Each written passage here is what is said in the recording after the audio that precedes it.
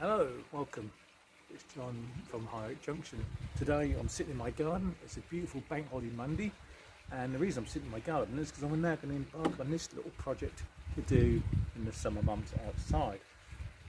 Obviously the layout of the loft Highgate Junction itself is sort of, I suppose you could say, currently suspended due to the forthcoming extension bid on the property. So obviously it just seems pointless doing work on the layout because there's going to be some big alterations. So I still wanted to do something with modelling and model railways. So I saw this in my friend's garage, and he was just going to chuck it out. And it's an 8x4 sheet with battens and just hardboard. And I thought, well, okay, a perfect beginner or starter for a layout. And so I can cut this down to size. So what's what I'm going to do? It's obviously 8x4. I suppose if that's just putting it out in your garage or a spare room, ideal to make a little layout on. But obviously I want not just to run it in the garden here in summer months, but also if I feel confident enough, I like to show it at the local shows here in my county of Norfolk. So what I'm doing, I'm just going to sort of do some alterations with this board, remove the hardboard off it, and then apply this 9mm plywood on top. It's a 6x2 9mm ply. So this will be the main area of the layout, the branch line station with a good shed and coal staves and wagon storage area. I'm just going to show you some pictures of my pre-planning now. So you can see during the planning I've got space to have a nice little passing loop station and obviously some shunting as well, so it gives you a good operational layout. And I'm going to design it so I can have it as a run round layout, so there'll be a 4-road, 5-road storage area of trains on a footboard, 6x1 board, and so I can have a couple of freight trains, DMU, and 2 passenger trains, or 1 passenger train and a parcels train or milk train, whatever takes my fancy, or what I'm going to be running on the layout. Once again, I could run it as a regional layout, so I could run it as an LER layout or LMS layout, or it could be towards the end of steam into diesel, so I can have my layout up and loft is. So, but I've got a broad spectrum of how I can use it. I can just run anything on there. So if I wanted to do an LMS, I can just run LMS stock on there. If I wanted to do LER, I can run it on there, or Great Western or Southern, whatever. So that gives me a great option to use. But probably, I think if you run it as a BR, you can run more stuff, and like diesels and steam locomotives. So that's probably what I would do. But sorry for the noise. I've got the old pump running in the background, probably the birds singing. But it's nice to be outside. So what I'm going to do now, I'm going to make a start moving the hardboard off here, keeping the frame, and then what I'll do, I'll put the 9mm ply on top and then start doing the alterations of the battens. I will remove the top leading batten because I'm going to put a thicker one on, because obviously if I go to shows and stuff like that, I'll show it. I want to hang a black curtain so you don't see the nasty legs of the layout, or my nasty legs if I'm in shorts, or the wires and bits and pieces going underneath the layout, so that'll be all hidden. On the layout I'll be running for the first time in point motors. I'll be running tortoise point motors, the slow motion ones, or the cobalt ones. They're the 2 I had in mind. And then with the cobalt point levers, they look like cigar box locking levers. I'll be having that on the layout because there won't be much points on the layout. I think if I can remember, there'll be 1, 2, 3, 4, 5. I think about 6 points, maybe 7. So that'd be ideal to run them, and it just makes it more realistic. I'll be using the new Pico bullhead track as well, So that'd be good to use that as well. So, what we'll do now, we'll make a start and remove this old hardboard off. So there's tacks on the board around the edge and where each batten is. So I'm going to prise them off so we can take the board off.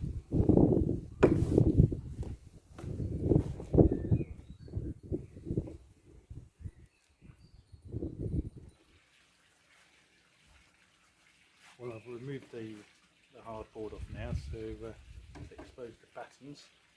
So what we'll do, we're going to mount the 9mm 6x2 pile on top here, and once I've done it on there, I'm just going to screw on here, because obviously this leading one here can be removed, or a bigger one, and then we'll do the adjustments at the back, put the batten across there, across there, across there, and then the deeper one at the back.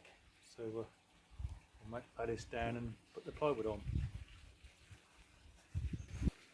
So I've got the back edge and the front edge. Just got to put one across the back here and one at the bottom. I'm using this timber, planed white wood, 18 by 69mm to 0.4 metre length. Put one up there, one at the bottom. I might put one in the middle there as a brace, and then a smaller battens like this one here in there as well. Just give it a sort of rigidness and support, and just make sure I get these in the right place in the cross sections where the point motors will drop on the board. But on the other side on the board, I've got the track plan marked out roughly, so I know where the points will be. So what I'll do now, I'm going to cut this timber. We'll get this one done, and the bottom one done, and the middle one done.